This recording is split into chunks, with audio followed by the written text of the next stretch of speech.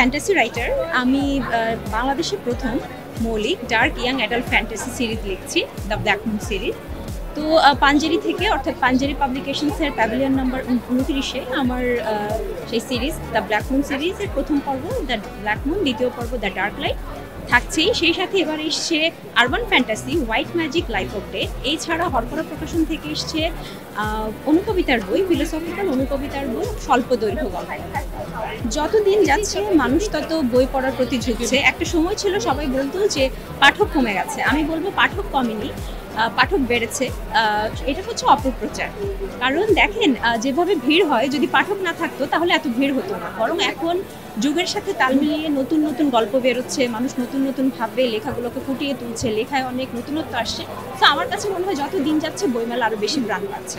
এতদিন তো মোটামুটি ছিল দেশের যে পরিস্থিতি সে অনুযায়ী, তবে আজকে থেকে বাড়ছে এবং আশা করছি এটা শেষ দিন পর্যন্ত আরও বাড়বে এবং পাঠকের সমাগমে মুখরিত হয়ে উঠবে আমাদের প্রাণের বইমেলা।